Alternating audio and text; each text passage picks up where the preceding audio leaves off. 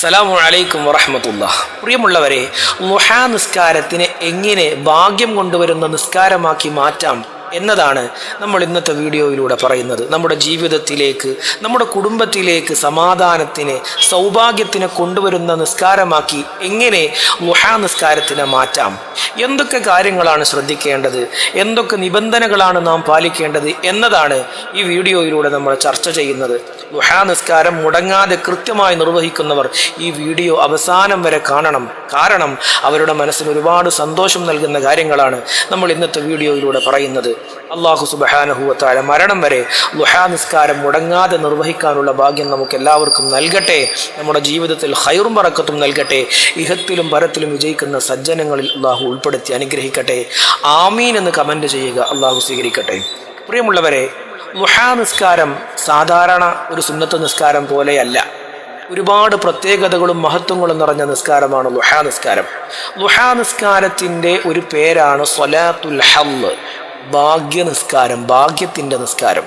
മറ്റൊരു പേരാണ് സ്വലാത്തുർ റിസ്ഖ്, ഭക്ഷണ വിശാലതയുടെ, സൗഭാഗ്യത്തിൻ്റെ നിസ്കാരം എന്നത്. എങ്ങനെയാണ് ഈ ളുഹാ നിസ്കാരത്തിന് സൗഭാഗ്യമുള്ള നമ്മുടെ ജീവിതത്തിലേക്ക് ഭാഗ്യം കൊണ്ടുവരുന്ന ഒരു നിസ്കാരമാക്കി മാറ്റുക എന്നതാണ്. എന്താണ് ഭാഗ്യം?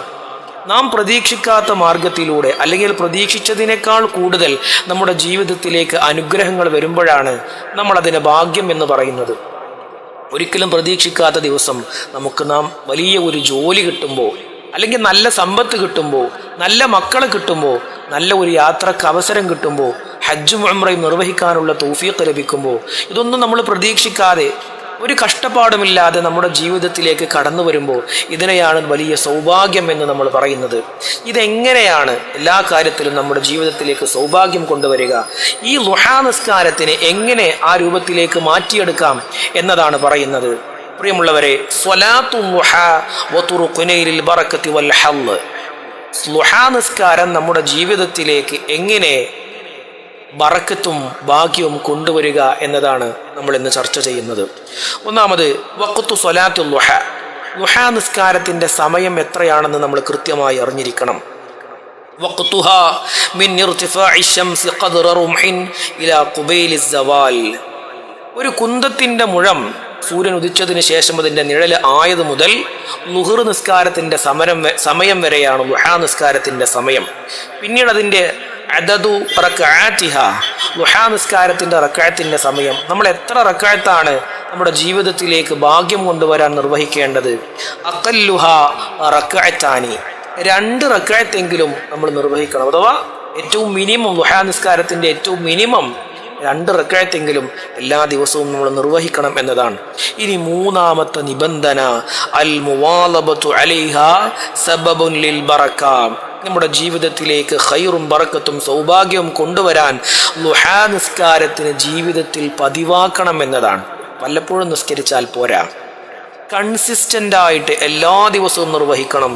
മൻ വാലബ അലാ സ്വലാത്തുൽ ളുഹാ, ഒരു മനുഷ്യൻ ളുഹാ നിസ്കാരത്തിനെ പതിവാക്കിയാൽ ഫുതിഹത് ലഹു അബ്വാബുൽ ഖൈർ, അവന്റെ ജീവിതത്തിലേക്ക് നല്ലതിൻ്റെ, ഖൈറിൻ്റെ കവാടം തുറന്നു കൊടുക്കുന്നതാണ്. അത് പതിവാക്കണം. ളുഹാ നിസ്കാരം ഡെയിലി നിർവഹിക്കണം. വല്ലപ്പോഴൊക്കെ മുടങ്ങിപ്പോകുന്നതിനെ കുറിച്ചല്ല പറയുന്നത്, അത് ജീവിതത്തിൻ്റെ ഒരു ശീലമാക്കി എടുക്കണം. ചിലപ്പോൾ എന്തെങ്കിലും കാരണം കൊണ്ട് മുടങ്ങിപ്പോകാം, അല്ലെങ്കിൽ നമുക്ക് നിസ്കാരം നിർവഹിക്കാൻ പറ്റാത്ത അത്രയും വലിയ ഒരവസ്ഥയിലായിരിക്കാം. അതിനെക്കുറിച്ചല്ല പറയുന്നത്. ളുഹാ നിസ്കാരം മറ്റു ഫർള് നിസ്കാരങ്ങളെ പോലെ തന്നെ എല്ലാ ദിവസവും മുടങ്ങാതെ നിർവഹിക്കുക എന്നതാണ് മൂന്നാമത്തെ നിബന്ധന. മൻ വാലബ അലാ സ്വലാത്തുൽ ളുഹാ ഫുതിഹത് ലഹു അബ്വാബുൽ ഖൈർ, അവനക്ക് നല്ല മാർഗങ്ങൾ, നല്ല കവാടങ്ങൾ തുറന്നു കൊടുക്കും. ഇനി നാലാമത്തെ കാര്യം, നിബന്ധന നമ്മൾ പാലിക്കേണ്ടത്, അദ്ദുആഉ ബഅദ സ്വലാത്ത്, ളുഹാ നിസ്കാരം കഴിഞ്ഞ ഉടനെ പൊടി തട്ടി എഴുന്നേറ്റ് പോരുകയല്ല വേണ്ടത്. നമ്മൾ നിസ്കാരം കഴിഞ്ഞ ഉടനെ അല്ലാഹുവിനോട് ദുആ ചെയ്യണം. അല്ലാഹുമ്മ ഇൻ കാന റിസ്ഖി ഫിസ് സമാഇ ഫഅൻസിൽഹു, അല്ലാഹുവേ എൻ്റെ സൗഭാഗ്യങ്ങൾ, എൻ്റെ സമാധാനം, എനിക്കുള്ള സമ്പത്ത്, എനിക്കുള്ള നല്ല മക്കള് അത് ആകാശത്തിൻ്റെ മുകളിലാണെങ്കിൽ അതെനിക്ക് ഇറക്കി തരണേ അല്ലാ. വ ഇൻ കാന ഫിൽ അർളി, അത് ഭൂമിയിലാണെങ്കിൽ ഫഅഖ്രിജുഹു, അതെനിക്ക് പുറത്തെടുത്ത് തരണേ അല്ലാ. അപ്പൊ നമ്മുടെ സൗഭാഗ്യം എങ്ങനെയാണ് വരിക നമുക്ക് പറയാൻ കഴിയില്ലല്ലോ. അപ്പൊ അത് ഏത് രൂപത്തിലാണെങ്കിലും എനിക്ക് തുറന്നു തരണേ അല്ലാ എന്ന് നമ്മൾ മലയാളത്തിൽ ദുആ ചെയ്താൽ മതി. പഠിച്ചോനെ, എനിക്ക് ആഖിറത്തിലുള്ള പാരത്രിക ലോകത്തുള്ള ഭാഗ്യം എനിക്ക് നൽകണേ അല്ലാ, ദുനിയാവിലുള്ള സൗഭാഗ്യം എനിക്ക് നൽകണേ അല്ലാ എന്നാണ് നമ്മൾ ദുആ ചെയ്യേണ്ടത്. ഇനി ദുഹാ നിസ്കാരം സൗഭാഗ്യമുള്ള നിസ്കാരമായി മാറണമെങ്കിൽ നമ്മൾ പാലിക്കേണ്ട ചില മറ്റു സൽക്കർമ്മങ്ങളുണ്ട്, ജീവിതത്തിലെ ചില ശീലങ്ങൾ. അതും കൂടെ പാലിക്കുമ്പോഴാണ് ദുഹാ നിസ്കാരം ഭാഗ്യ നിസ്കാരമായി മാറുന്നത്. ഒന്ന്, ചെറുക്കുൽ ഖിമാരി വൽ മൈസിരി, ലോട്ടറി, ചൂതാട്ടം, മറ്റു ഭാഗ്യ പരീക്ഷണങ്ങളൊക്കെ ജീവിതത്തിൽ നിന്ന് പാടെ ഒഴിവാക്കണം. ഇന്നമൽ മൈസിറു ഹറാമുൻ വമിൻ അമലി ശൈത്താൻ, ലോട്ടറി എടുക്കുക എന്നത് ശൈത്താന്റെ സ്വഭാവമാണ്. ആ സ്വഭാവം നാം ജീവിതത്തിൽ നിന്ന് പാടെ ഒഴിവാക്കേണ്ടതാണ്. അല്ലേ, ലോട്ടറി എടുത്തിട്ട് ആരെങ്കിലുമൊക്കെ സമ്പന്നരാകുന്നുണ്ടാകും, എന്നാൽ നമ്മുടെ ജീവിതത്തിലേക്ക് അള്ളാഹു നൽകുന്ന സൗഭാഗ്യമാണ്, അതാണ് യഥാർത്ഥ ഭാഗ്യം, അതാണ് നിലനിൽക്കുന്ന ഭാഗ്യം. അതുകൊണ്ട് ലോട്ടറി പോലെയുള്ള ചൂതാട്ടം ജീവിതത്തിൽ നിന്ന് ഒഴിവാക്കണം.